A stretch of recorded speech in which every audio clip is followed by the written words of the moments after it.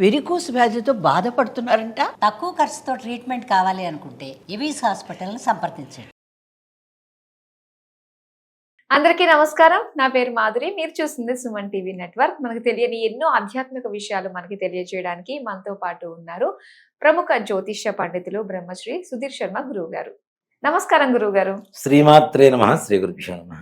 గురుగారు, ఇంట్లో ఏంటంటే చాలా మంది పూజ చేస్తున్నప్పుడు అంటే కొంతమంది రోజు శుభ్రపరచుకుని ఉండి పూజ చేసుకుంటూ ఉంటారు. కొంతమంది ఖాళీ లేని వాళ్ళు అసలు ఎప్పుడు శుభ్రపరచుకోవాలి అన్నది కూడా ఒక క్వశ్చన్ తలెత్తుతుందండి. అసలు ఎప్పుడెప్పుడు శుభ్రపరచుకోవాలంటారు? నిజంగా నాన్న, ఇప్పుడు మనం ఒక దీక్ష తీసుకుంటాం. దీక్ష తీసుకొని ఒక పీఠం అని చెప్పి చాలా మంది పెట్టుకుంటుంటారు. దేవుడి పటాన్ని ప్రతిరోజు అదే దేవుడికి పూజ చేస్తుంటారు. ఇలాంటివి మనం చేసేటప్పుడు ఏం చేస్తామంటే, పూజ చేసేటప్పుడు ప్రాణ ప్రతిష్ఠ అనేటువంటిది ఒక కార్యక్రమం ఉంటుంది. లేదు మంత్రాలతో అందరికీ రావు. ఏమనుకుంటాం, దేవుడా అక్కడ ఉన్నాడనే కదా మన నమ్మకం. భగవంతుడా నువ్వు ఇక్కడ ఉండి నన్ను కాపాడు అని చెప్పి చెబుతున్నాం. ఆ ఒక్క మాట చాలు భగవంతుడు అక్కడ వచ్చి కూర్చోవడానికి. పూర్తిగా భక్తి విశ్వాసాలు ఉంటాయి మనకి. అవునా? భగవంతుడు వచ్చిన ప్రతిరోజు అన్ని కదిలిస్తుంటే కష్టం కదా. మనం చేస్తుంది విగ్రహ ప్రతిష్ఠ కాదు, యంత్ర ప్రతిష్ఠ కాదు, కేవలం పటాలు, మన దగ్గర ఉండేటువంటి చర విగ్రహాలు ఎప్పుడప్పుడు మూవ్ చేసుకునేటువంటివి.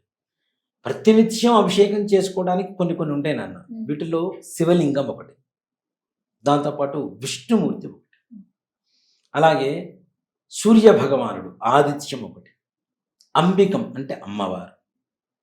అంటే ఇక్కడ ఏంటి, అంబికం, ఆదిత్యం, తర్వాత శివుడు, విష్ణుమూర్తి, గణనాథం, గణపతి.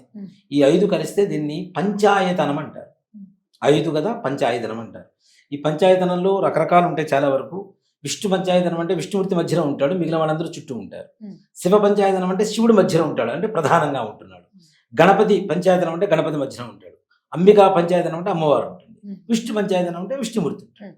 ఇట్లా ప్రధాన దేవ ఆలయ ప్రధాన భగవంతుడిని మనం ఏదైతే అనుకుంటామో ఆ పంచాయతనం పెట్టుకొని అభిషేకం చేసుకోవడం. నిత్యం అభిషేకం చేసుకునేటువంటి విగ్రహాలకి నిత్యం చెయ్యాలి. కొన్ని రోజులు చేసి కొన్ని రోజులు మానేస్తాను అంటే అది కూడా కరెక్ట్ కాదు. అలాగే పట్టాలు, దేవుడు పట్టాలు ఇంట్లో పెట్టుకుంటూ ఉంటాం. దాన్ని ఓ మాట చెప్పాలంటే, ఏదైనా పండగలు వచ్చినా ఏది వచ్చినా ఒక పెద్ద కార్యక్రమం. క్లీన్ చేసుకోవడానికి ఒక రోజంతా దానికే సరిపడుతుంది. దీంట్లో ముఖ్యంగా భక్తులు ఎవరైతే ఉంటారో వాళ్ళు ఫాలో అవ్వాల్సిన విషయం ఏంటంటే నాన్న, ఒకే రకమైనటువంటి దేవుడి పటాలు 10 ఇంట్లో పెట్టుకోకూడదు.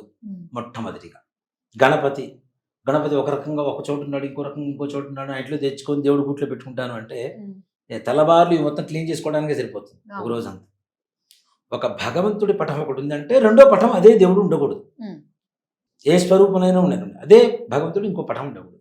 దానివల్ల మిత సంఖ్య పటాలు ఉంటాయి, క్లీన్ చేసుకోవడానికి ఈజీ.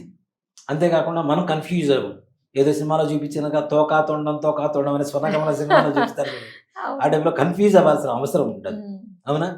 దాంతో పాటుగా శుభ్రపరచుకునేటువంటి సమయం తక్కుతుంది. అప్పుడు దైవ ఆరాధనకి సమయం ఎక్కువ పెంచుకోవచ్చు కావాలంటే. మరి ఏ రోజులో ఇవన్నీ శుభ్రపరచుకోవాలి అంటే, నిత్యం ఆ భూమి కింద ఏదైతే ఉంటుందో, మన భూమి ఉంటుందో దాన్ని ప్రతినిత్యం శుభ్రపరచుకోవాల్సింది, దాంట్లో అనుమానం ఏం లేదు. కానీ విగ్రహాలు, పటాలు ఏవైతే ఉంటాయో, నిత్యం అభిషేకం అలవాటు లేనటువంటి వాళ్ళు అమావాస్య వెళ్ళిన మరుసటి రోజు, ఏ రోజైనా కావచ్చు, చాలా మంది శుక్రవారం వస్తే కదిలించాం కదా, మంగళవారం వస్తే కదిలించాం కదా అని చెప్పి చాలా మంది చెబుతూ ఉంటారు. అమావాస్య వెళ్ళిన మరుసటి రోజు ఏ రోజైనా సరే తప్పనిసరిగా శుభ్రపరచుకొని, పులికాపు చేయటం అంటారు దాన్ని, శుభ్రపరచుకొని చక్కగా మరలా బుట్లు పెట్టుకొని పూజ చేసుకోవచ్చు. అలాగే గ్రహణ సమయాలు, గ్రహణాలు వస్తాయి కదా, ఈ గ్రహణాలు వచ్చిన సమయంలో కూడా తప్పనిసరిగా గ్రహణం వెళ్ళిన తర్వాత ఇంటితో పాటు మన వంటితో పాటు భగవంతుడి గది కూడా క్లీన్ చేయవలసింది. విగ్రహాలన్నీ మరలా శుభ్రపరచుకొని మరలా బుట్లు పెట్టుకొని పూజ చేసుకోవాల్సింది.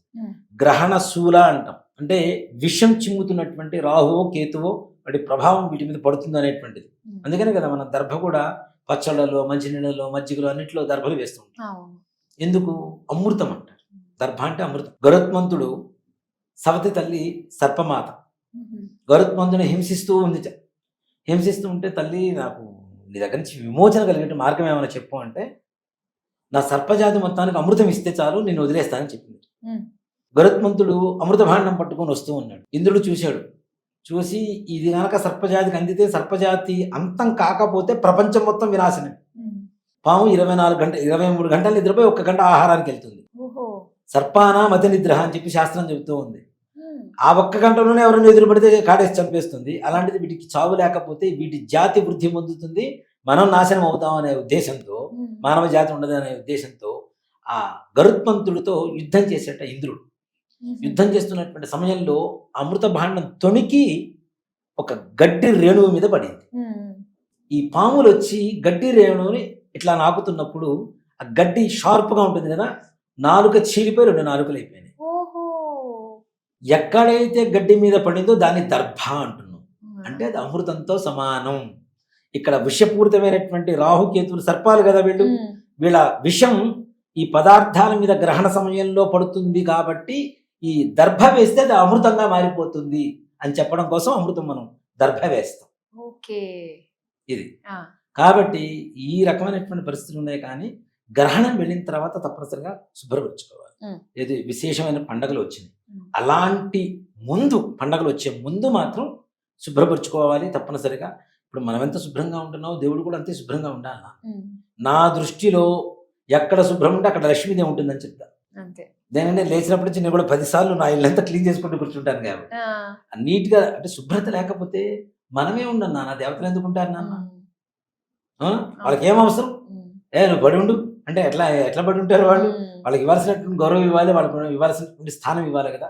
కాబట్టి గ్రహణ సమయాల్లో కావచ్చు, పండగ సమయాల్లో గురువారం అంటే శుక్రవారం మంగళవారం కాకుండా శుభ్రపరచుకోవడం అనేది మంచిది. పండగల ముందు తప్పనిసరిగా అలా శుభ్రపరచుకునేటువంటి పరిస్థితులు ఈ రోజులో ఉంటుంది కాబట్టి తప్పనిసరిగా చేసుకోవచ్చు. అమావాస్య వెళ్ళినటువంటి మరుసటి రోజు ఎలాంటి రోజైనా దానికి ఏ రకమైనటువంటి సమస్య లేదు, చక్కగా శుభ్రం చేసుకొని దేవతా పూజ చేసుకోవచ్చు. ఇది చాలా మందికి కామన్ గా అడిగే క్వశ్చన్ అండి. సో చాలా చక్కగా క్లియర్ గా ఎక్స్ప్లెయిన్ చేసినందుకు థ్యాంక్ యూ సో మచ్. శ్రీమాత్రే నమః. శ్రీ గురుభ్యో నమః.